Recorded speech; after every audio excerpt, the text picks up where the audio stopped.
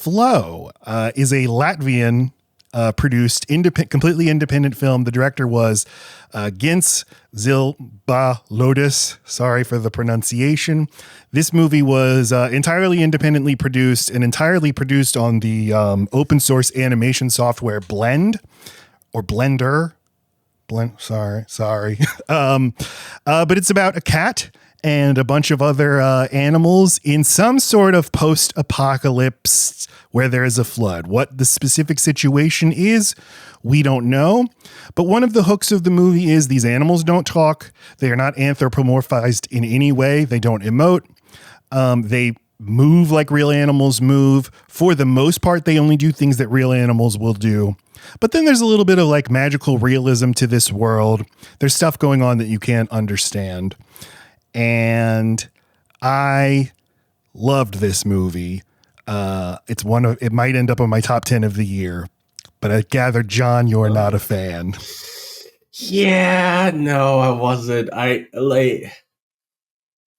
felt like a lot of this film was really boring to me, and I feel like there's just a lot of moments where I'm just like, why was that there? What's going on?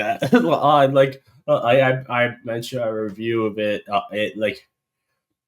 What was the point of this dream of deer running around the cat, or the ascension scene of like, what is going on here? My take on that, well, I mean, there's no, definitive answer, but I think that this movie is about experiencing the world as an animal where you can't understand these really big things like a global flooding or that there's no people around anymore.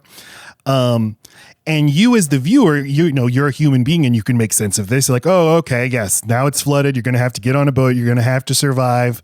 But then things start to happen that you yourself can't understand, like the stork or whatever bird it is ascending to heaven, or to animal Asgard or whatever it is. Spoiler alert for the movie. But there is a little bit of, as I said, magical realism to this world. Some things that are not totally natural happen in the movie. Like there's a whale that's also seems to be like a mythical beast. But I can see it is a little jarring because the movie has been pretty grounded in reality, and then all of a sudden these big magical things will happen. I like it. These things happening just to me. I'm like, they feel out of nowhere and serve no purpose. So I'm just like, what is the point? And that's my problem with it. And also. I personally do not like the animation style, but I understand that is absolutely just as my opinion. It's a lot of people. That's a big draw for the film is the animation style. Well, let's describe it. Let's describe the animation style a little bit. So, like the characters themselves. So again, this is produced very, very, very inexpensively and on an open source animation platform. So, but it doesn't look cheap at all. It obviously a ton of work went into this, but where you notice it the most is with the characters, and specifically the black cat, who is the main character, just looks a little splotchy. And in a way where it doesn't feel like a choice, it just feels like a limitation of the budget and of the tools they have. If this were a big budget movie, if this were made by Disney or DreamWorks, it would be a big criticism of mine, but I know that they paid for it themselves. And I was able to get over that. But I can totally understand not being able to get past that. Otherwise, like, I think the backgrounds and everything else look really, really good. I was really impressed with it.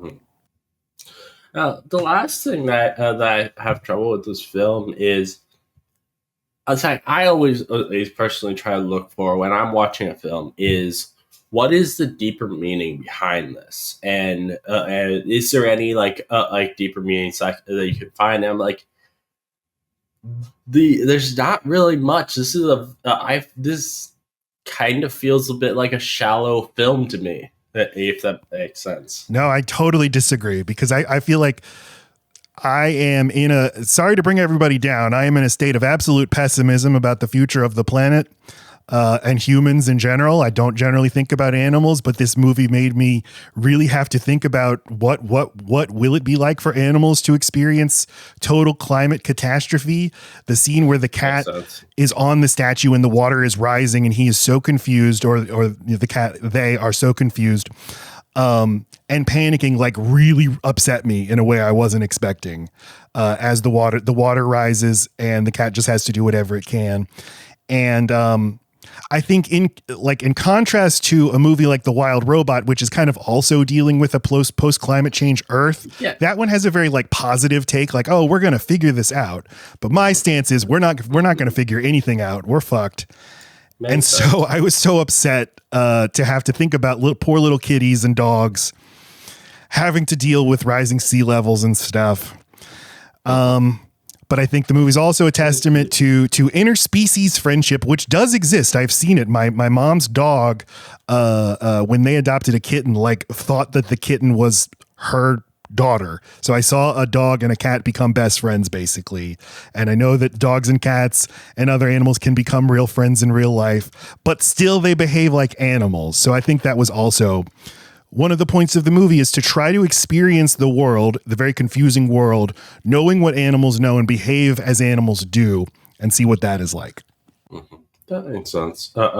I didn't really think so much of the climate change aspect with this one. I thought more of that with Wild Robot, and I think a part of the reason is I didn't think of it is just because of the flooding being this very sudden thing, and not just this happened in the past or sign. It obviously in real life, if climate change is a sign where it's like where the world is just going to one day all of a sudden just start flooding. So I don't think that's what, this is just my read. I don't think that's what happens here. But I do think things like levees or dams can be breached by just years and years and years of rising sea levels. And all of a sudden, obviously the whole world's not going to flood at once, but maybe this one little area can. And that's what I think happens here. But, the movie leaves it vague. You are supposed to understand what the animals understand. So you're not really going to be able to make sense of what's happening. Mm-hmm. Makes sense. But it's not...